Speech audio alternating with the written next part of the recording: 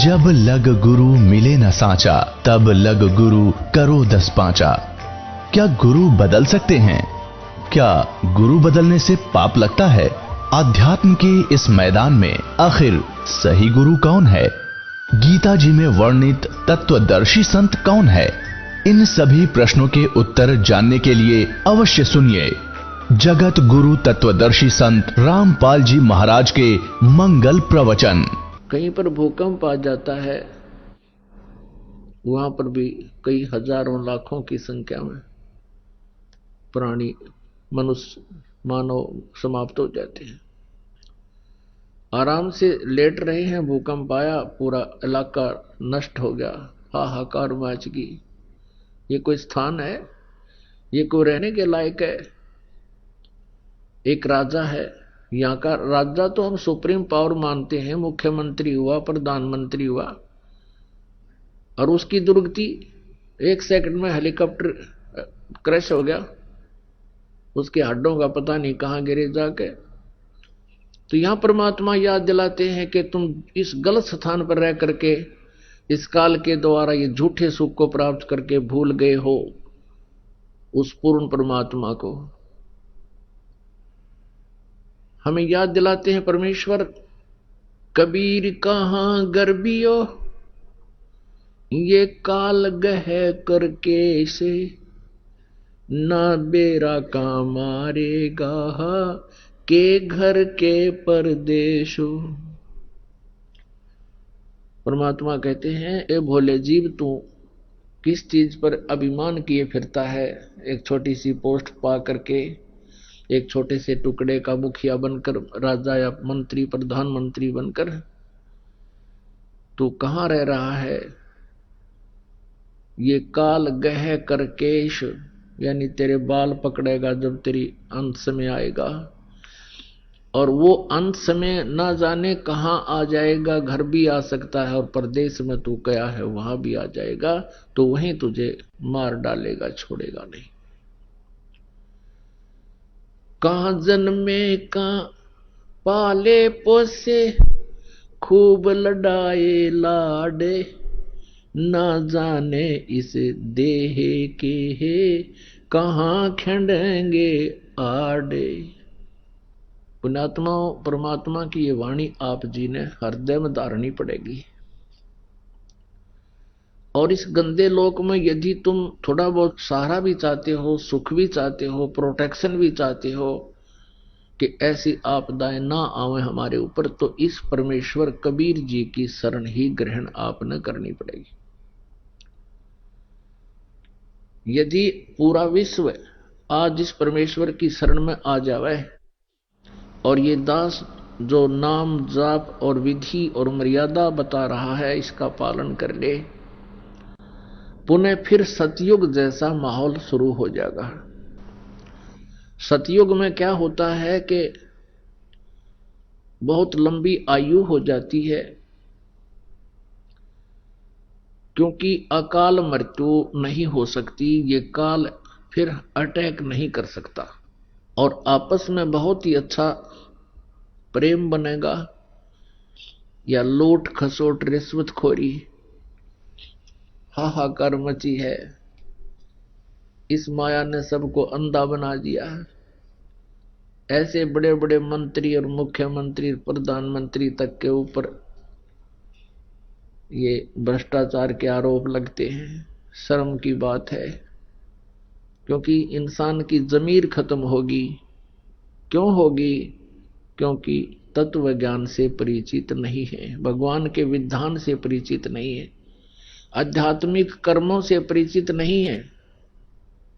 इसी कारण से हम गलतियों पर गलती करते जाते हैं। एक माया के कारण ही भाई से भाई शत्रु बन जाता है, बहन भाई की शत्रु बन जाती है, भाई बहन का शत्रु बन जाता है। माता पिता की कदर रही नहीं, माया माया दिखाई देती, शर्म रही नहीं, लाज रही नहीं। पुण्यात्मा, परमात्मा कबीर परमेश्वर जी की शरण में आने से आप जी ये सोच भी नहीं सकते, हे परमात्मा, हम पहले वही व्यवसाय था, वही हमारा जॉब था, वही नौकरी थी या कोई व्यवसाय था, और हम सारा दिन भटकते रहते थे, रात को भी नींद नहीं आती थी और ओवर टाइम भी करते थे, फिर भी हमारा गुजारा ढंग से नहीं हो रहा था और टेंशन ग्रस्त रहते थे। इस परमेश्वर की शरण में आने से, क्योंकि ये ज्ञान ऐसा हो जाएगा आपको, और फिर साथ भगवान का आपके साथ हो जाएगा, आपकी सबसे पहले ये टेंशन समाप्त करेंगे। और आप ये सोच भी नहीं सकोगे, हे भगवान, उसी पैसे में, उसी ही नौकरी में, तनख्वाह में आज हम बहुत अच्छी तरह अपना गुजारा भी कर रहे हैं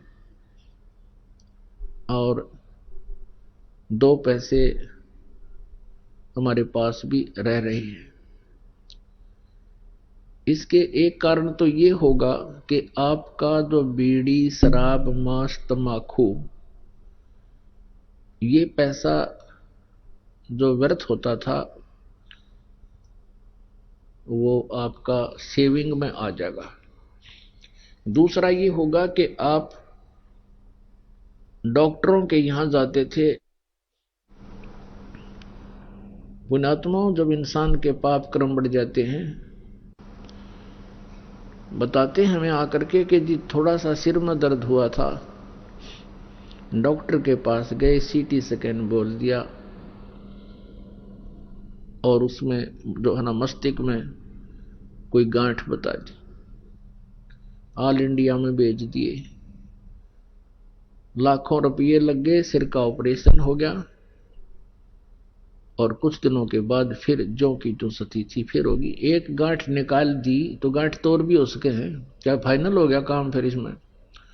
तो कहने का भाव यह है कि जब इस परमेश्वर की शरण में आप आ जाओगे, वही बीमारियां, वही रोग जो लाखों रुपए में ठीक नहीं होते थे, आपके 10, 20, 50 रुपए की दवा में आराम होना शुरू हो जाएगा। बहाना करता है परमात्मा, थोड़ी बहुत औषधि भी लेता रहे और साथ में परमात्मा की भक्ति करे, फिर देखना कैसे होता। तो पुण्यात्माओं, ऐसे बहुत से भक्त आते हैं, वो बताते हैं कि जी पहले हमारे साल भर में कम से कम भी 20,000 रुपए का मेडिकल का खर्चा होता था, डॉक्टरों का।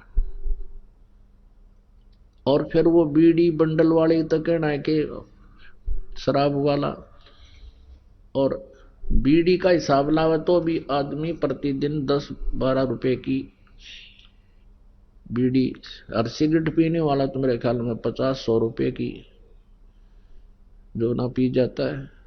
तो महीने का हिसाब लावा तो 2-2,500 रुपए ये खराब होते थे, ये बच जाते। और फिर वो जो शराब पीता है उसका तो एस्टिमेटर नहीं लाया जा सकता हो कितना नाश कर दे एक महीने में। तो परमात्मा की भक्ति में ये विकार नहीं चलते, ये आपने कंपलसरी त्यागने पड़ेंगे यदि आप परमात्मा चाहते हो और सुख चाहते हो इस लोक में भी, और फिर आपके घर में बरकत दिखाएंगे। क्योंकि हम परमात्मा की महिमा से परिचित नहीं है, हम नियत खराब करके अपने में घने समझदार बनकर और क्लेवर बनकर भगवान के लाभ को प्राप्त नहीं कर पाते हैं। उपदेश लेने के बाद भी हम अपनी चतुरता नहीं त्यागते हैं, अपनी सोच से ही, हम अपनी अटकलों से ही भगवान के विधान को भी रिजेक्ट करते रहते हैं, तो परमात्मा मदद नहीं करेगा। परमात्मा का नाम उपदेश लेने के बाद आपके अगम मगरम सब समाप्त हो जानी चाहिए, ब्लाइंड फेथ करना पड़ता है प्रभु पर। और भक्त हमेशा ही ब्लाइंड फेथ करते आए हैं परमात्मा पर, यानी पूर्ण विश्वास, जिसको अंधविश्वास कहें तो अच्छा नहीं लगेगा, पूर्ण विश्वास। अंधविश्वास कैसे करते थे कि जो गुरुजी ने बता दिया, संत ने बता दिया, हमने उसको सिरोधार्य कर लिया। हम ब्लाइंड फेथ करते थे, आंख मीच के विश्वास करते थे ऋषि और गुरुओं पर कि ये बड़े विद्वान पुरुष हैं, इन्होंने परमात्मा को जाना है, देखा है, पहचाना है, जिस कारण से ये, क्योंकि ये संस्कृत भी जानते हैं और वेदों और पुराणों और गीता जी का ये रेफरेंस भी दे रहे हैं और संस्कृत साथ में बोलते भी हैं, तो हमारा डाउट खत्म हो गया था कि ये कुछ ना जानते। और जिस कारण से आज तक कोई भी संत रूप में पनप गया, ये श्रद्धालु उसके पास ऐसे चिपक जाते हैं जैसे दीपक के चारों ओर ये पतंग मंडराते हैं और जल कर मर जाते हैं। तो इसी प्रकार नकली गुरुओं के पास जो प्राणी जाते हैं वो ऐसे अपना जीवन नष्ट कर देते हैं जैसे दीपक के पास पतंग जाकर के नष्ट हो जाते हैं। उनका स्वभाव है, ऐसे श्रद्धालुओं का स्वभाव है कि वो गुरु और संत पर पूर्ण विश्वास किया करते हैं और उस स्वभाव का दुरुपयोग कर लिया इन नकली गुरु ऋषि और मंडलेश्वरों ने। पूरे समाज को परमात्मा से कोसों दूर कर दिया। परमेश्वर आए थे कबीर जी, उन्होंने ये ज्ञान दिया था जो आज दास आपके रूबरू करा रहा है और साथ में प्रमाण दिखा रहा है अपने ही पवित्र सदग्रंथों में। जैसा कल की रात्रि में आपने परमात्मा के साकार और निराकार के ऊपर जो वचन सुने थे, उसके साथ साथ सदग्रंथों को आपने स्वयं भी प्रोजेक्टर के माध्यम से देखा। तो अब क्या कहें उन संतों को, ऋषियों को? क्या वो विद्वान थे? नहीं, वो तो अंधे थे। उनको मोतियाबिंद हो चुका था। मोतियाबिंद जिसकी आंखों में हो जाता है उसकी आंखें पूर्ण रूप से स्वस्थ दिखाई देती हैं, लेकिन उसको दिखता कति नहीं, वो नपट अंधा होता है। इसी प्रकार ये संस्कृत के जानने वाले महाविद्वान महर्षि मंडलेश्वर गुरु ब्राह्मण पंडित कहलाते थे। इनको अपने सदग्रंथों का कै ख का भी ज्ञान नहीं था। और इसी प्रकार ये सतलोक और सचखंड की महिमा गाने वाले ये पंथ नकली, राधा स्वामी पंथ, धन धन सतगुरु पंथ, यो जय गुरुदेव पंथ, ये जितने भी संत ऋषि हुए हैं इस मार्ग में, ये सब बिल्कुल तत्व ज्ञानहीन और अज्ञानी थे। करोड़ों श्रद्धालुओं को इन्होंने मिसगाइड कर दिया और ऐसा कर दिया अब सुनने को भी तैयार नहीं है, क्योंकि उनको वो महर्षि और परम संत परम धनी माना करते थे। उसके विषय में परमेश्वर ने कहा है, मोती मुक्ता दर्शत नाही, ये जग है सब अंदरे, दिखत के तो नैन चश्म इनके, फेरा मोतिया बिंदरे, मन माणिक लहर समंदरे, मुरजीवा नग सीप न सायर, वो निर्मल आनंद कंदरे। क्या बताते हैं कि मोती मुक्ता दर्शत नाही, ये जग है सब अंदरे, और दिखत के तो नैन चश्म इनका, फेरा मोतिया बिंदरे। अब ये इनको मोक्ष मार्ग, पूर्ण मोक्ष मार्ग का ज्ञान नहीं था, तत्व ज्ञान नहीं था, अपने सदग्रंथों से भी अपरिचित नहीं थे। तो इनको उस मोक्ष रूपी मोती दिखाई नहीं देता था, ये अंधे थे। और दिखत के तो नैन चश्म, आंख तनो की नो दिखे, पर मोती इनका फेरा मोतिया बिंदरे। ये विद्वान नजर आओ थे क्योंकि ये संस्कृत बोला करते थे और हमारे पूर्वज अशिक्षित थे, अपनी मजदूरी करके कोई खेती करके अपने बच्चों को पाला करते थे, लेकिन आत्मा में भगवान की चाह सदा से ही रही है जीव के। उसकी पूर्ति के लिए फिर काल ने ये एजेंट छोड़ रखे हैं, ये गुरु, इन्होंने ऐसा बैठा बैठा दिया, गांव के गांव बिगाड़ दिए। गुरुआ गांव बिगाड़े, संतो गुरुआ गांव बिगाड़े, ऐसे कर्म जीव कला दिए, ईब जड़े नहीं जाड़े। तो पुण्यात्माओं, आपका सौभाग्य है कि आपको इस प्राइम टाइम में मनुष्य जीवन प्राप्त है, और इस भक्ति युग में, भक्ति काल में आप जी को मनुष्य शरीर प्राप्त है और साथ में ये यथार्थ भक्ति मार्ग मिल गया। धन्य है आपके माता पिता जिनसे जन्म हुआ। ओए होए। परमात्मा कहते हैं या तो माता भगत जने, या दाता या सूर, और ना तैरे ले बांझड़ी क्यों व्यर्थ गंवावे नूर।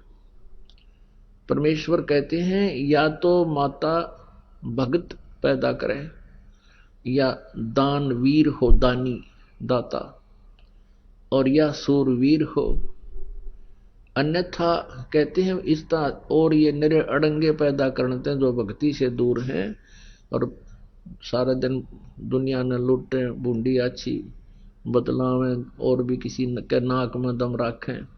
कहते इनसे अच्छा तो बांध ले, क्यों अपने नूर को भी नष्ट करे, ऐसे नालायक संतान उत्पत्ति करके। तो पुण्यात्माओं, आप के माता पिता धन्य हैं जिनसे आपका जन्म हुआ, क्योंकि आप उन्होंने भक्त जन्म दिए। और फिर आप ही दाता हो, क्योंकि दोनों हाथों दान कर रहे हो, और दान देने से आपकी भक्ति उभरती है। धर्म तो दसके नहीं, दसके माने नाश नहीं हो धर्म का, और दसके तीनों लोक, यानी चाहे तीनों लोकों का नाश हो जावे, धर्म का नाश कभी नहीं होता।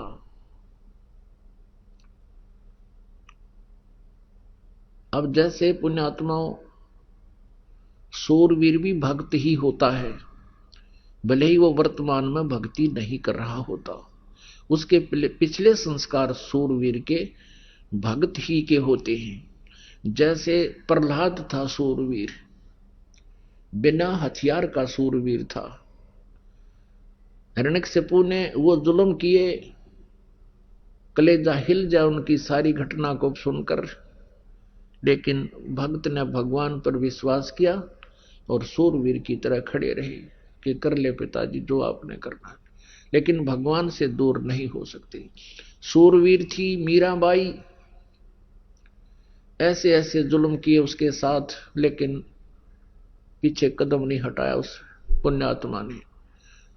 तो ऐसे ही बहुत जितने भी महापुरुष यहाँ जैसे सूरवीर थे, ईसा मसीह जी करस कर दिया कि कर दो, लेकिन जो मैं कह रहा हूं वो बात सारी सच्ची है। उन दुष्ट लोगों ने अपनी रोजी रोटी के बनाए रखने के लिए संसार को, समाज को उस महापुरुष से दूर कर दिया और अंत में उसको मृत्यु के घाट उतार दिया। परमेश्वर आए थे, कबीर परमेश्वर आए थे, उनके साथ वो जुल्म किए थे इन काजी मुल्लाओं और ब्राह्मणों ने। उनकी सारी कहानी आप सुन लो, पढ़ लो। जब आपको भगवान पर विश्वास हो जाएगा, उस समय इनको पढ़ोगे तो आंखों से आंसू नहीं सूखेंगे आपके, कि हमने परमात्मा को भी नहीं बख्शा, परमात्मा के साथ भी हमने वो जुल्म किए, क्योंकि वो हमारे पिता हैं, इसलिए उन्होंने हमसे कोई दुख नहीं माना, और फिर भी वो हमारे कल्याण के लिए रह रह कराते रहते हैं, या हमारे जैसे दासों को आपके उद्धार के लिए, कल्याण के लिए भेजते रहते हैं। पुण्यात्माओं, सत्संग में आने से प्राणी को ज्ञान होता है, मैं कौन हूं, कहां से आया हूं, मेरा यहां रहने का उद्देश्य क्या है, मेरे जीवन का उद्देश्य क्या है, मैंने टारगेट क्या बना रखा है। तो उसके बाद हम जो हम उद्देश्य मान चुके थे इस मनुष्य जीवन का, फिर उसमें परिवर्तन होता है। हमने क्या उद्देश्य मान रखा इस जीवन का, जब तक ये तत्व ज्ञान नहीं था। जैसे बच्चा स्कूल जाता है, विद्यालय में जाता है, उसका टारगेट होता है मैं अच्छी शिक्षा प्राप्त करूं, या तो बड़ा अफसर लग जाऊं, या फिर कोई अच्छा धन कमाऊं, या डॉक्टर बन जाऊं। और डॉक्टर बनना या अच्छा अफसर बनना उद्देश्य क्या होता है कि घना धन कमाऊं और बड़ी कोठी बनाऊं, फिर ब्याह करवाऊं, फिर पुत्र पुत्री प्राप्त हो जाए, संतान हो जाए, उनकी परवरिश करूं, अच्छा पढ़ाऊं लिखाऊं, फिर उनका ब्याह कर दूं और फिर बेशक मर जाऊं, ये कोई टारगेट है इसका? क्या हमने ये सोच रखा ये सारे काम हो भी सकते हैं हमारे? क्या पता कब टिकट कट गया। अब पुण्यात्मा, ये जीव परमात्मा के विधान से अपरिचित होकर के अपनी अटकल में घना उलझ गया। जब इसको आध्यात्मिक ज्ञान होगा, भक्ति मुक्ति के दाता सतगुरु, भटकत प्राण फिरंदा, उस साहेब के हुक्म बिना नहीं तरवर पात हिलंदा। अपनात्मा, अब यहां कई प्रसंग करते हैं कि यदि भगवान के आदेश बिना पत्ता भी नहीं हिल सकता तो सब कुछ उसी के आदेश से ही तो हो रहा है, फिर भक्ति की क्या आवश्यकता है? क्या फिर सत्संग में जाने की आवश्यकता है? परमात्मा की वाणी को समझना बहुत ही कठिन है, क्योंकि ये वेदों से भी गूढ़ रहस्य युक्त है। अब यहां दो स्थिति हैं। एक तो इस ब्रह्म की जो काल है, जब तक हम काल की व्यवस्था में रहेंगे तो हम अपने प्रारब्ध को ही भोगेंगे, उसमें कोई परिवर्तन नहीं हो सकता। और जिस समय हम इस परम अक्षर ब्रह्म की शरण में आ जाएंगे, जो गीता जी अध्याय नंबर 18 के श्लोक नंबर 62 में कहा है, गीता ज्ञानदाता ने कि अर्जुन तू सर्वभाव से उस परमेश्वर की शरण में जा जिसकी कृपा से तू परम शांति को और सनातन परम धाम को प्राप्त होगा। उस परमेश्वर की शरण में आने के उपरांत फिर उस परमात्मा के हुक्म बिना पत्ता नहीं हिला। लेकिन उस परमात्मा से लाभ लेने के लिए हमने जो मर्यादा है वो हमारी प्रॉपरली बनी रहे। उन मर्यादाओं के टूट जाने से तो फिर काल के हुक्म बिना पत्ता नहीं हिला। उसने जो करना है वो करना ही है।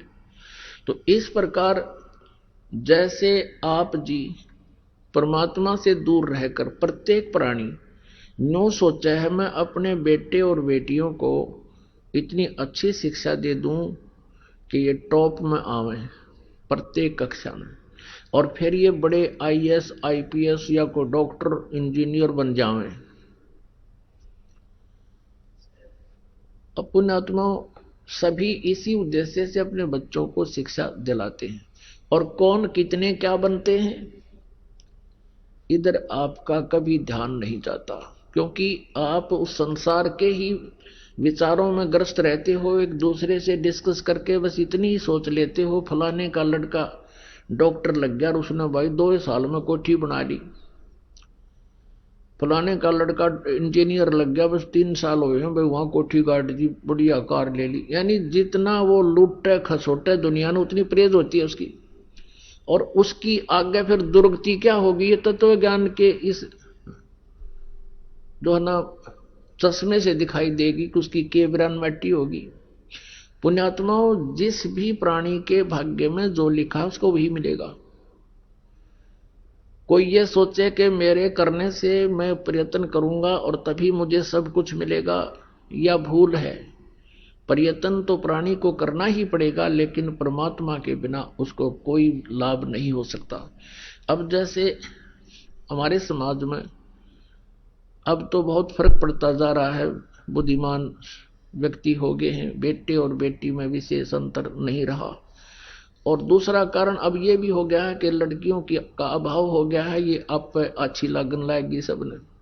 और एक विशेष व्यवस्था इस परमात्मा की कृपा से यहाँ इस आश्रम से एक विशेष व्यवस्था बनाई गई है कि जैसे हम पहले बेटी के विवाह में बहुत ज्यादा ही दुखी हो जाया करते थे, ना जाने कितना दान करते थे, फिर भी अगले का पेटा नहीं भरता था, ऐसी नीयत खराब हो गई थी।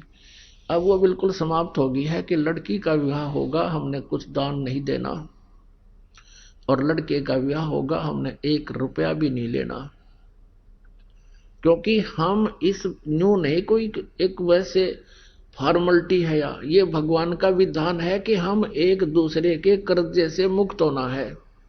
हम एक दूसरे का ले दे का यही फंसे रहते हैं। जैसे कोई आज किसी से धोखाधड़ी करके कोई 20-30 लाख रुपये, 50 लाख रुपये, 10 लाख रुपये, 2 लाख रुपये कोई ले लेता है, उसके हड़प जाता है, तो अगले जन्म में उसने देने पड़ेंगे और जमाई बन के लेगा। पहले जैसे क्या व्यवस्था थी कि जैसे आप देखा करते इन बड़े बड़े पैसे वालों को, लड़की का ब्याह होता था, दामाद को कार न्यारी देते थे, 2-3 लाख रुपए नगद दे देते थे, आगे कोठी बना देते थे। क्यों? वो पिछले जन्म में ले रहा था उसका। अब वो दामाद बन के ले गया, लड़की भी ले गया और 10-20 लाख रुपये भी अपने पूरे कर लिए, और फिर मृत्यु को प्राप्त हो जाता है। एक बहुत बड़ा अधिकारी था, उसने अपनी लड़की का विवाह किया अपनी रिटायरमेंट से 6 महीने पहले, और उसको पता था कि मैं आमंत्रित करूंगा अपने अंडर जितने भी अन्य अधिकारी हैं, वो आएंगे, कोई 1 लाख लेकर आओगा, कोई 50,000, कोई 10,000 दिखा दिखा कर देगा। और ऐसा ही किया। फिर वो रिटायर हो गया। उस समय 3-4 लाख रुपये बेटी के ब्याह पर लगाए। ये सन 1988 की बात है, 89 की। उसमें 3-4 लाख तो आज के 30-40 लाख समझो। अब लड़की का विवाह कर दिया, 3-4 लाख रुपए लगाए, और कर्मचारी अधिकारी कोई 2,000, कोई 10,000, कन्यादान को 20,000, कोई 50,000। और फिर क्या हुआ, उस विवाह के 6 महीने के बाद उसको तलाक दे दिया उसके पति ने।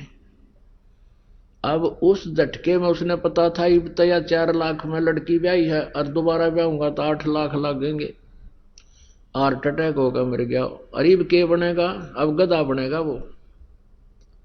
और जिससे ले रखे थे उसका लठ मारेंगे, डोवेगा। परमात्मा के विधान से जब हम परिचित हो जाएंगे, हमने विष दिखाई देगा ये किसी से पैसा लेना, तो पुण्यात्मा इस प्रकार से ये स्थिति बदलेगी। तो पहले जो ये व्यवस्था थी, उस समय कोई भी लड़की का जन्म नहीं चाहता था। विवाह होते ही ये सोचा करता भगवान संतान हो और पुत्र हो। अब वो चाह रहा था कि पुत्र हो, लेकिन पुत्री का को जन्म हुआ। फिर दूसरी बार देखा, हे भगवान अब के तो दया करे परमात्मा, पुत्र हो, और वह भी पुत्री होगी। अब तीसरी बार जब गर्भ रहा, उसकी पत्नी को, परिवार को भी यही आशा हुई कि हे भगवान पुत्र हो, और वो भी पुत्री होगी, और चौथी भी पुत्री होगी, 5वीं भी बेटी होगी। अब क्या मनुष्य का चाहा हुआ, क्या मनुष्य का किया हुआ, वही हुआ जो उसके मस्तिष्क में पहले लिखा हुआ था। तो यहां अगर कोई ये सोचे तो इसको कहते हैं उस साहेब के हुक्म बिना नी तरवर पाथ हिलंदा। तो पुण्यात्माओं, जब हम इस आध्यात्मिक ज्ञान से परिचित हो जाएंगे, फिर हमारी 90% बकवाद हट जाएंगी। ये छोटी छोटी कथाएं हैं जो आपके बहुत काम आएंगी। एक समय एक गांव में, एक नगर में एक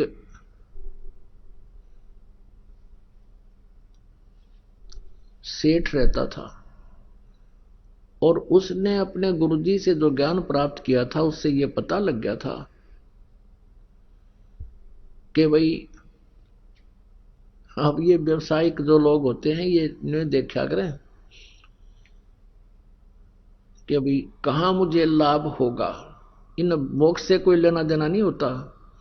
तो उसने ये पता पूछ लिया अपने गुरुजी से, जब सत्संग कर रहे थे। फिर बाद में पूछा कि गुरुजी, यूं कहते हैं कि जैसे इस जन्म में किसी ने किसी से पैसा ले लिया और वो नहीं दे सका, तो अगले जन्म में वो 1000 गुना करके वापस देना पड़ेगा। कहा बेटा ऐसा ही होता है। तो उस लाला जी ने क्या कराया, अपना बोर्ड लगा दिया दुकान के आगे कि अभी कर्ज ले जाओ, जिसने कर्जा चाहिए। किसी ने लोन चाहिए ले सकता है, लेकिन अगले जन्म में लूंगा, इस जन्म में लूं कोई ना। अब ये जो पैसे के पुजारी होते हैं, ये इतनी गिरजैन की वृत्ति। बताते हैं एक लाला जी मर गया, यम के दूत पकड़ के ले गए, तो उससे पूछने लगे भाई तेरे को पहले स्वर्ग में भेजा या नरक में, क्योंकि तेरे इतने पुण्य इतने पाप। नो बोला दोनों के बीच में बिठा दे, नो उनके भी आओगे गा कर, नरक वाले भी आओगे, दोनों के बीच में बिठा दो मैंने। यानी वहां भी अपने बिजनेस पॉइंट व्यू से ही सोचा उसने। तो इसी दृष्टिकोण से उस लाला जी ने अपने गेट पर यह बोर्ड लगा रखा था कि अभी इस जन्म जो कोई लोन लेगा तो अगले जन्म में लूंगा उससे। दो ठग थे, उन्होंने वो बोर्ड पढ़ लिया, वो चले थे चोरी चारी करने, उन्होंने बोर्ड पढ़ लिया। दोनों बतलाए रही साहब मूर्ख, हमने तो पहली बार देखा, मेंटल तो नहीं है। अब उससे बात करी भाई लाला जी हमने 200 रुपये कर्ज दे दे। बोला ले ले भाई। वो पक्का करे थे, वो कहने लगे भाई देखा हम तो जल्दी देवांगे, व्यवहार के पक्के आदमी हैं। वो कहने लगा ना भाई मैं तो अगले जन्म में लूंगा। अब उन्होंने फिर पक्का करना भाई हम तो 6 महीना के भीतर तेरे वापस दे देंगे ब्याज रुपया। वो बोला ये ब्याज लूंगा और अगले जन्म में लूंगा, ना तो जाओ तुम। तो उन्होंने सोचा अच्छा भाई ले अगले जन्म में ले, उन तो ठगना था ही वो। उन दोनों ने अपने 200 रुपये या जैसा भी 100 या 500 लिए और दरे गठड़ी में चल पड़े। आगे वो चलते जा रहे थे, एक गांव के बाहर एक तेली का घर था। पहले तेली होते थे, कोल्लू चला करते थे बैल से, और उसमें सरसों पीड़ा करते थे और तेल बनाते थे। उस तेली के आंगन में कोल्लू लग रहा था, एक बैल तो चल रहा था, कोल्लू चला रहा था, एक वहां खड़ा था पेड़ से बांध रखा था। तेली किसी कामवश गांव में गया हुआ था, वो दोनों वहां रुक गए, जलपान कर ले, पानी पी लेते हैं। उन्होंने पानी पिया तो दोनों बैल बतलावे थे, आपस में बातें कर रहे थे। अब जो बैल चल रहा था उसमें कोल्लू में उसने पूछा जो बैल खड़ा था कि भी तेरा कितना लेन देन इस तेली के साथ बचा है। अब वो खड़ा बैल कह रहा है कि अभी कल जो है ना एक व्यक्ति आएगा और मुझे इससे मोल ले जाएगा 200 या 400 रुपए में। वो उस तेली का वो इतने पैसे मांगता है, और वो जो मुझे लेने आएगा वो मेरे 1200 रुपए मांगता है। उसके सारा हिसाब किताब लाकर 1200 रुपए ब्याज ब्यूज के हो रहे हैं। और वो फिर क्या होगा, मुझे यहां से ले जाएगा। आगे एक राजा ने हाथियों का युद्ध करवा रखा होगा, आपस में भिड़ंत, और उसमें इनाम रखा होगा 12 रुपए का रखा हुआ है। मुझे वो ले जाएंगे, उनका वो तमाशा देखने लग जाएंगे हाथियों के झगड़े लड़ाई को, और मैं उस हाथी को हरा दूंगा जिसने सबको पराजित कर दिया होगा, और फिर मुझे 1200 रुपए का इनाम मिलेगा मेरे उस मालिक को जो यहां से ले जाएगा। मेरी मृत्यु हो जाएगी, मेरा और उसका हिसाब बराबर हो जाएगा। भाई मैंने पिछले जन्म में उसने जो ना 20 रुपये लिए थे, आज वो 1200 हो गए।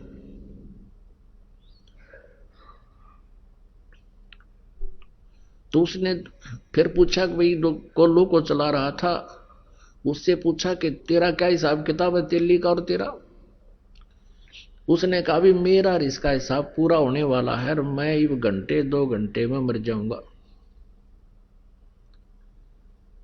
इतने में वो तेली आ गया और उनका कलेजा हिल गया। अकड़े तेरा गजब हो गया, बैल बोल रहे, और बैल बोल रहे हैं तो बस साची ये पाओगी, ये तो अनहोनी है, भगवान ने बुला रहा है इन्हें। तो उनने सोचा भी आज रुकना पड़ेगा यहां, और कल देखेंगे यू मरेगा किस टाइम यू बैल, और वो किस टाइम ग्राहक आएगा। तेली आ गया, उनसे पूछा भाई कौन हो, कहाँ से आई हो। उन्होंने बता दिया ऐसे हम जा रहे थे, रास्ते में पानी पीने लग गए। और वो तेली बोला भी कोई बात ना, अब देर हो गई है, शाम रुक जाओ, सुबह जाइयो का। अच्छा भाई, वो तो रुकना ही चाह थे। 2 घंटे के बाद वो बैल जो चल रहा था उसकी मृत्यु होगी, जो कोल्लू चला रहा था। अब उन दोनों का दिल धड़क धड़क करने लगा रहे, या तो सच्ची हुई भाई। उधर से अगले दिन सुबह एक व्यक्ति आया और उस तेली से कहने लगा, भाई कोई बैल बता मुझे, या तेरे पास होता है बैल दे। अब तेली का ये डर हो गया कि भाई चलता चलता बैल मर गया, कोई बीमारी आ गई पशुओं में, और इसने बेच दे जल्दी, तो दूसरे को भी और लाऊंगा कोई। उसने उसके 500 400 100 200 जिसे रुपये मांगे और उसने दे दिए। वो दोनों जने अपनी पोटली कड़क कर बांध गए, उस बैल लेकर गया था उसके साथ साथ चल पड़े। ये और देखेंगे वहां पर ये बताए थे इन्होंने कि बैल हाथी को हराएगा। वहां क्या हुआ कि वो जाके खड़े हो गए, दंगल लगा हुआ था, हाथी आपस में कुश्ती कर रहे थे। एक हाथी सबको पराजित करता हुआ चल रहा था, और लास्ट में वो अकेला खड़ा हो गया कि और लाओ वे जिसका कोई हाथी हो, गुड़ाओ इसके साथ, ये केसरी हो गया। वो जाकर खड़े होकर तमाशा देखने लग गया। बैल पकड़ रखा था रस्सा हाथ में, वो बैल हाथ से रस्सा छुटा कर हाथी की तरफ भाग लिया। लंबे लंबे सींग थे पहने पहने। हाथी ने उसका सूंड मारा, वो सूंड लग गया, सींग फंस गया सूंड में, और हाथी मारा किल की चंगाड़ बाज गया। हाथी का सूंड में दर्द बहुत होया करे। हाथी किलकी मारा, रो और लीद कर, उसने सोची मेरा ने किया गया सिंगाड़ा, हाथी भाग गया। तो वो विजयी हो गया बैल। 1200 रुपये राजा ने इनाम दे दिया। वो 1200 रुपये उनके पास आए, उस बैल वाले के पास, उसी समय बैल की मृत्यु हो गई। अब वो दोनों जने, उनके पैरों तले की जमीन खिसकन लगी, क्या जब बूंदी बनेगी, बैल बनना पड़ेगा इस लाला जी का जिसके पैसे ले आए हम। वो दोनों वापस आ गए। अगले दिन 9 के 9 दोनों ने पैसे रख दिए। सेठ जी अपने पैसे पकड़े, ये मारा पर नहीं उठा ही पे। लाला जी ने ठाकर बाहर गली में फेंक दिए, हकमार मेरे लेखे कितने ले जाओ, मैं ना लू ही, अगले जन्म में लूंगा। और वो ठाठा उल्टे धरे, उसके हाथ जोड़े, लाला जी माफ कर दे, अगले जा, मैं ना लू कती भी। वो बाहर फेंक गए। उन्हें सोची बड़ा साका होया भाई। अब वो उठाकर उसने, वैसे तो गिरे क्यों कर, क्योंकि देना पड़े, वो तो बहुत सुरक्षित रखने पड़े उनको, कदे को छीन भी ना ले जा, थारे बचाव रखे। तो उसने सोचा भी साधु संतों के पास इसका कोई समाधान होता है। एक संत कहीं बैठा था, वहां पहुंच गए और कहने लगे, महाराज जी हम एक कसूते संकट में फंस गए, कोई समाधान बताओ। सारी कहानी बता दी। अब वो संत बोला, भाई एक काम करो, इसका कोई धर्म पुण्य में ला दो, उस लाला जी के नाम पे। तुम यूं करो,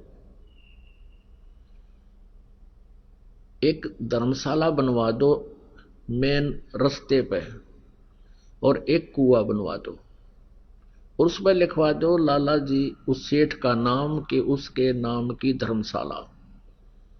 और तुम यूं करियो, उसमें किसी को रुकने मत देना, और ना उस कुएं में पानी किसी को पीने देना। बोला जी फिर क्या होगा? फिर तुम बताओगे क्या होगा, और जो मैं कहूं इतना कर दो। अब वो ने सोचा भी महात्मा ने जो कहा है तो बात, फिर ये जाना आगे क्या होगा। उन्होंने एक मेन रास्ते पर, जो स्टेशन से उतरकर गांव को आता था, स्टेशन से उतर करके जो यात्री आते थे उस नगर के, स्टेशन 2-3 किलोमीटर की दूरी पर था नगर से, उसके बीच में बनवा दिया। उसके मतलब 2-2.5 किलोमीटर था तो 1.25 किलोमीटर दूरी पर बना दिया, और वो कुआं बना दिया, एक धर्मशाला बना दी, लिख दिया लाला जी का नाम जिस पर उन्होंने लोन लिया था, उधार ली थी। अब वहां यात्री आवे और पानी पीने या थोड़ी देर विश्राम करने के लिए धर्मशाला की तरफ जाऊं, वो दोनों लकड़े लठ लेकर, खबरदार तो यहाँ आगे होता है, चलो यहां से। तो वो कहने लगे भाई क्यों, तुमने धर्मशाला बनवा रखी, कुआं बनवा रखा, तो रुकने क्यों नहीं देते, जल क्यों नहीं पीने देते? हकीम लाला जी ने पूछ लो भाई, इसने मना कर रखा है कि यहाँ हम दोनों नौकर छोड़ रखे हैं और कह रखा है ना इसमें किसी को रुकने देना, ना इसमें पानी पीने देना किसी को। इमाम आदमी ने बोले बड़ा मूर्ख आदमी, इतना पैसा ला दिया और फिर किसी को यहाँ टिकने भी नहीं देते आयो, यो कैसा लाला जी हुआ, सब गाड़ी देते जाओ। एक दिन उसका समधी आ गया, उसके लड़की ब्याह रखी थी, वो समधी भी आया, उसने देखा पढ़ा अको हो तो अपने ही रिश्तेदार का बनवाया हुआ है, और अच्छी मरोड़ी सी में पहुंचा, चला उधर को, वो दोनों लकड़े लठ ले गए, खबरदार जो इधर आया था। वो कहने लगा क्या बात भाई, मैं इसका रिश्तेदार हूं। ने बोला बाहर चल, तू किससे का रिश्तेदार हो? इसने ये कह रखा इस सेठ ने कि इस धर्मशाला में कोई रुक नहीं जा और इस कुएं से कोई पानी नहीं पी ले, हमारी ड्यूटी ला रखी। वो कहने लगा रहा ये बड़ा नालायक आदमी, मैं तो इसको बहुत अच्छा आदमी समझू था रिश्तेदार को, ये तो जमा दुष्ट इंसान है, बता, प्याऊ बनवा रखी, कुआं बनवा रखा, धर्मशाला बनवा रखी, किसी को रुकने नहीं दे रहा। वो आया फिर अपने रिश्तेदार के घर आना ही था उसने, तो उसने उससे कहा रे तू बड़ा नकम्मा आदमी, क्यों तो इतना पैसा लगावा था, तने वहां कितने पैसे लगा रखे, धर्मशाला बनवा रखी, कुआं बनवा रखा, और वो 2 मस्टंडे छोड़ रखे, तन ना पानी पीने देते किसी ने और ना वहां रुकने देते, फिर क्यों इतना पैसा बर्बाद किया, तेरी बुद्धि खराब होगी क्या? अब उन्होंने सोचा भाई कौन सा, कहां धर्मशाला है, कौन सा कुआं है।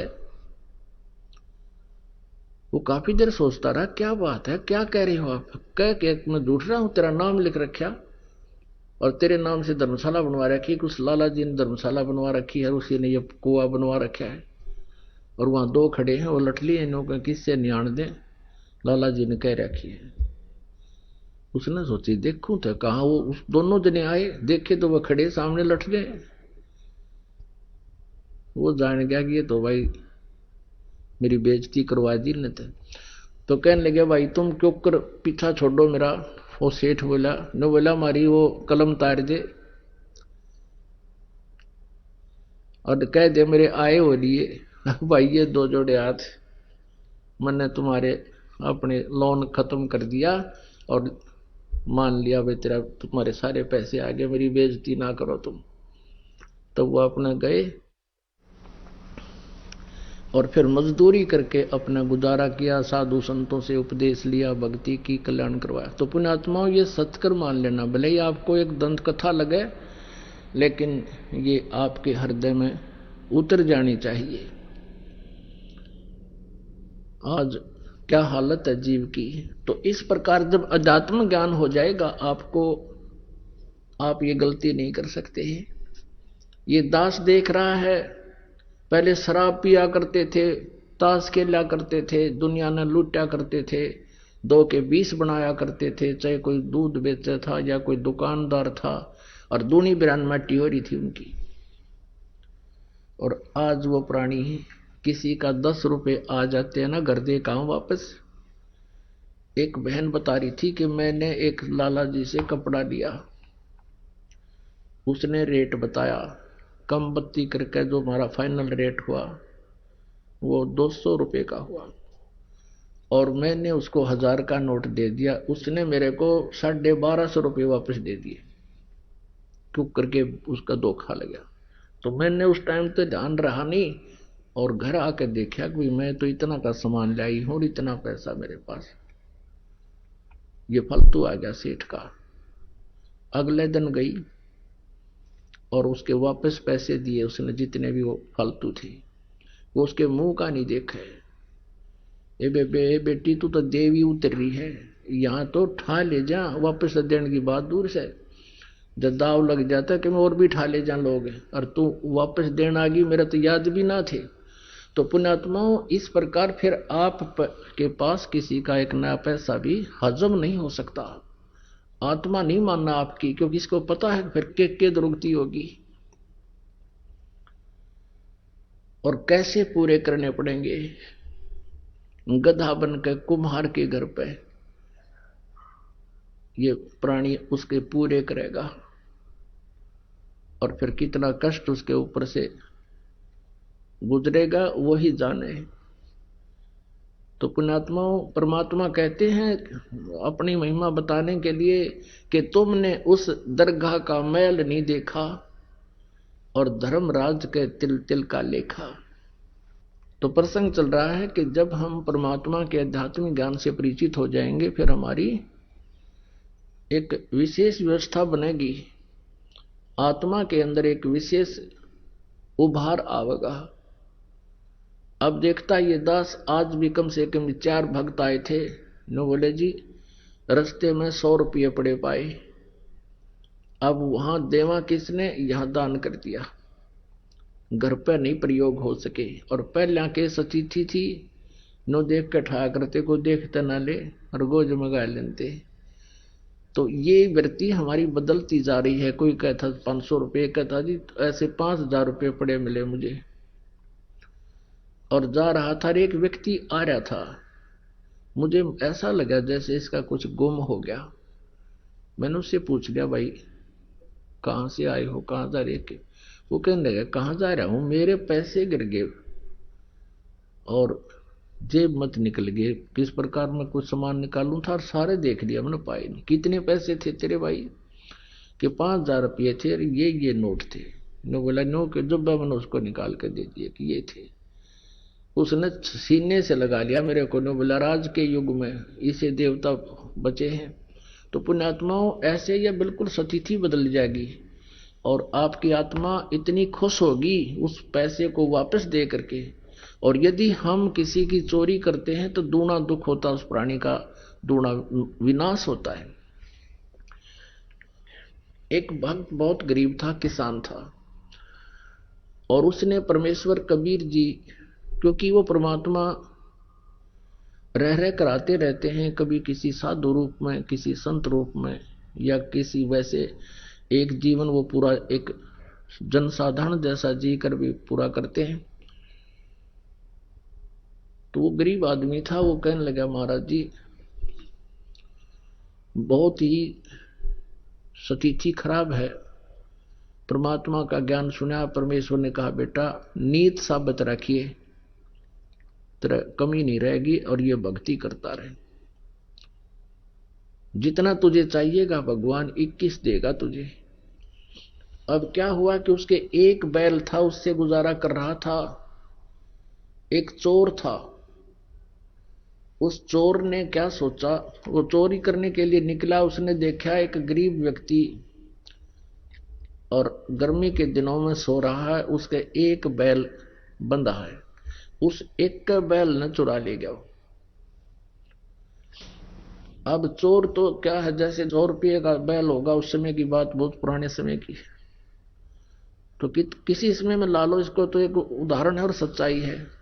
तो उसने तो 10 रुपये का बिक गया, वो भी बेच दिया कि कहीं कोई पकड़ा ना जा, तो या 20 रुपये का, और बेच ब्याज खा पी कर फुर वो तो फिर उसाए हो गया। उसने कुछ दिन के बाद फिर ऐसे चोरी करता करता उसने सोची, चल उस जिसका बैल चुरा के लाया था वो शरीफ आदमी लग गया ना, को पुलिस रिपोर्ट करी उसने, उधर ही चलते हैं। वहां जाकर देखा उसने 1 वर्ष या 2.5 वर्ष के बाद क्या देखा कि उसके 2 बैल बंधे हुए हैं, बहुत अच्छी स्थिति के, और वो सो रहा है रात्रि के समय।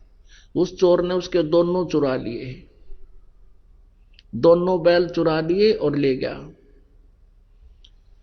उनको बेच ब्याच के और अपना कर दिए फुरफुरा। वो फिर नो के नो उसको फिर टोटा सताने लगा, वो फिर चला, वो इधर उधर घूमता घामता। उसने सोचा एक बार फिर उधर देख लो, वो तो शरीफ आदमी है, कोई ऐसी प्रतिक्रिया भी नहीं कर रहा, ना कहता किसी खोजी को लेकर पीछे चलता है। उसने वहां जाकर देखा, क्या देखा कि उसके 4 बैल बंध रहे, 4 बैल नु खागड़ के से।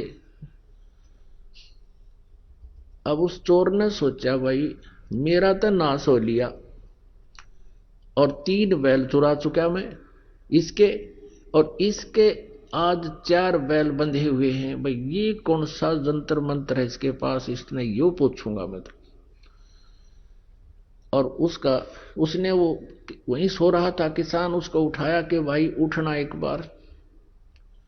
वो किसान कहने लगा, सोया था ने बोला भाई मुझे मत छेड़, मुझे सोने दे, सारा दिन काम किया है, नींद अभी लेटा हूं, सोने दे।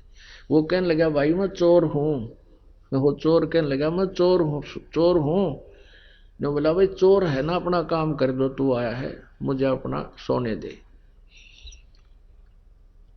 अब वो कहने लगा रहा जो काम मैं करना चाहूं था वो मेरे तीब होता को ना, इसलिए तुझे जगाऊं हूं ना, मैं कितने जगाऊं वो। अब मैं चोरी नहीं कर पा रहा हूं, मैं ये पूछना चाहता हूं कि ये कौन सा जंतर मंत्र है तेरे पास भाई। फिर उसने बताया भाई चाहे मारिए चाहे छोड़िए मुझे, चाहे सजा दिए दंड दिए, अब सच्ची बात बताऊंगा, तेरा पहला बैल भी मैं चुरा कर ले गया था, और मैंने तो वो पैसा मेरा न्यों गया बर्बादी में।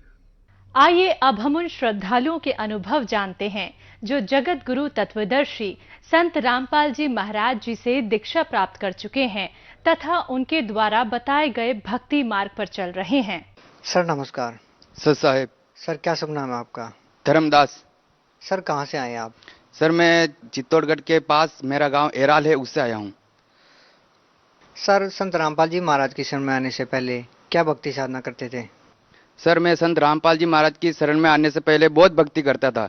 मैं रामदेवरा जाता था, वे रामदेवरा जाता था तो मेरे वो बचपन से ही ले जाते थे। रामदेव जी का मेरा इष्ट था। और मैं हनुमान जी की भी भक्ति करता था, उनके हर मंगलवार का व्रत रखता था और दीपक करता था। तो उनसे मेरे को कोई लाभ नहीं मिला और उल्टा दुख मिला मेरे को। और देवी देवताओं की जैसे जोगनिया माता के हमारे पास में जोगनिया माता के भी जाता था, भटवाड़ा भी जाता था। ऐसे बहुत देवता के ब्रह्मा विष्णु में सबकी पूजा करता था, लेकिन मेरे को कोई लाभ नहीं हुआ, उल्टा दुख मिला। सर संत रामपाल जी महाराज की शरण में कैसे आए आप? सर संत रामपाल जी महाराज की शरण में मैं अभी 11/8/2015 की बात है। मैं बहुत बीमार हुआ। वैसे मेरी बीमारी तो 2-2.5 साल हो गए। बहुत बीमार था, मैं मानसिक रूप से बीमार था। इतना बीमार था कि मैं पलंग से उठ ही नहीं पा रहा था, कि मैं बहुत बीमार था। जो डॉक्टरों को भी बहुत डॉक्टरों को दिखा दिया, पूरे चित्तौड़ में फिर गया और उदयपुर में 7-8 डॉक्टरों को दिखाया, अहमदाबाद भी चला गया, लेकिन कोई फर्क नहीं पड़ा। फिर लास्ट आज थी कि एक बार और उदयपुर दिखा ली। जो उदयपुर के लिए दिखाने जा रहे थे तो हमारे को कुछ संत रामपाल जी महाराज के अनुयायी थे, तो हमारे को मिले। तो मेरे पापा को और मेरे को प्रहलाद दास जी और चंद्र प्रकाश दास जी और गोपी दास जी ने समझाया कि तुम कितने साल हो गए तुम्हारे को इलाज कराते कराते। तो हमने बोला कि हम 2.5 साल हो गए इलाज कराते कराते, लेकिन हमारे को कोई लाभ नहीं हुआ। तो फिर उन्होंने बताया कि तुम चैनल देखो और फिर तुम हमारे ऊपर फोन करना कि तुम्हारे समझ में क्या आया कि नहीं आया। तो फिर हमने उसी दिन इलाज करवाने चले गए और वापस आए। तो उसी दिन से 10-12 दिन तक हम चैनल देखा, और चैनल देखते ही मेरे पापा के मन में क्या लगन लगी कि मैं तो प्रहलाद दास जी को फोन करूंगा। तो फिर उन्होंने फोन किया प्रहलाद दास जी को और कहा कि मैं संत रामपाल जी महाराज से जुड़ना चाहता हूं। तो वो उसी दिन 12 दिन के बाद वो प्रहलाद दास जी के साथ उदयपुर आए और नाम दाम लिया। तो अब वो पढ़े लिखे नहीं थे, तो पढ़ना नहीं जानते थे। जो फिर मैंने कहा मेरे को मंत्र दिखाओ, मैं बता देता हूं। तो फिर उन्होंने कहा नहीं, मंत्र दिया है तो मंत्र दिखाना नहीं चाहिए, किसी को नहीं दिखाना चाहिए, जो अनुपदेशी है उनको नहीं दिखाना चाहिए। तो फिर मेरे को दूसरे दिन ही नहीं, तीसरे दिन लेकर वो उदयपुर गए। तो उदयपुर ले जाकर मेरे को नामदान दिया और मैं झूठ नहीं बोल रहा हूँ, मैं तंबाकू खाता था छाने छाने, और मैं बिल्कुल तंबाकू खाता था, और बियर भी पी थी 1-2 बार मैंने। मैं स्कूल में पढ़ाई करता था, जो आधी छुट्टी हो जाती थी तो मैं कुछ लड़के बदमाश लड़के थे उसकी संगत में लग गया था, जो मैंने 1-2 बार बियर भी पी थी और तंबाकू खाता था, और विमलो के बगैर तो मैं रह ही नहीं सकता था, इतना मैं खराब काम करता था।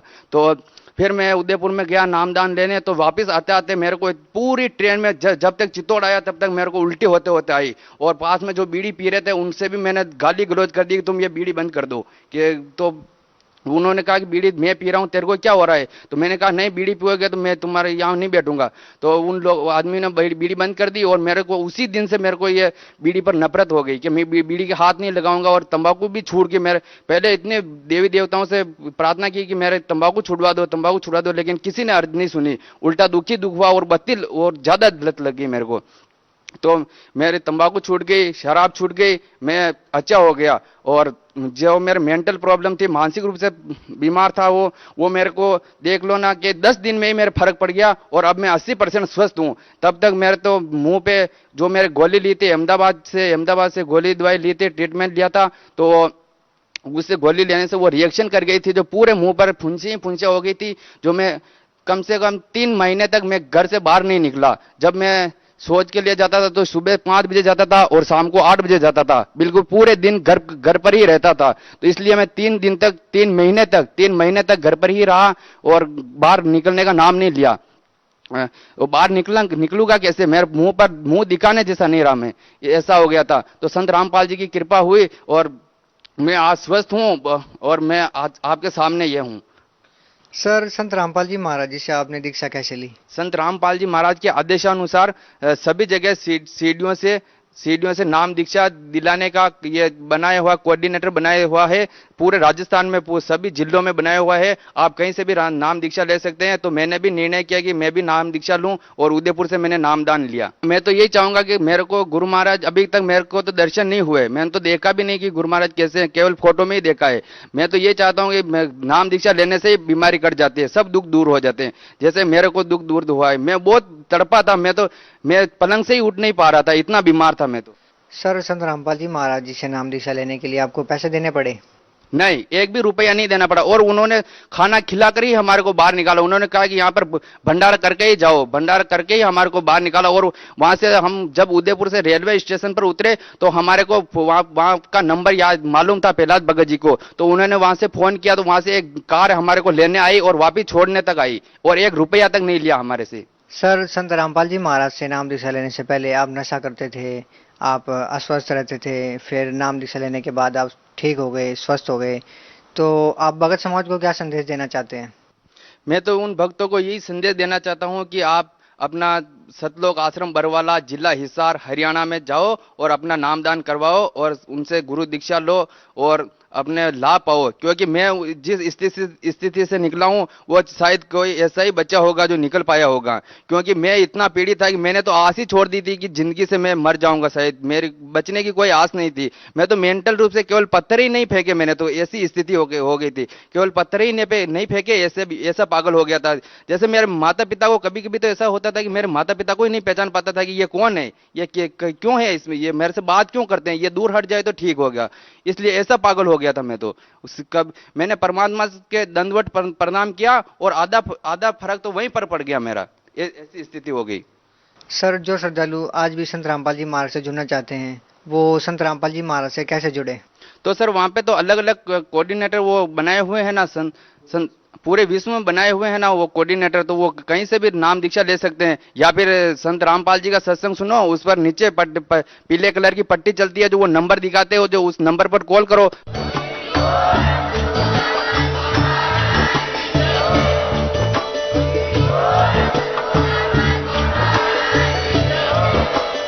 आप सुन रहे थे जगत गुरु तत्वदर्शी संत रामपाल जी महाराज जी के मंगल प्रवचन। अधिक जानकारी के लिए विजिट कीजिए हमारी वेबसाइट www.jagatgururampalji.org। संत रामपाल जी महाराज जी के शुभ आशीर्वाद से पूरे विश्व भर में 500 से भी ज्यादा नाम दीक्षा केंद्र हैं, जिन पर संत रामपाल जी महाराज जी द्वारा ऑनलाइन निशुल्क नाम दीक्षा दी जा रही है। अपने नजदीकी नाम दीक्षा केंद्र का पता करने के लिए संपर्क करें 8222880541।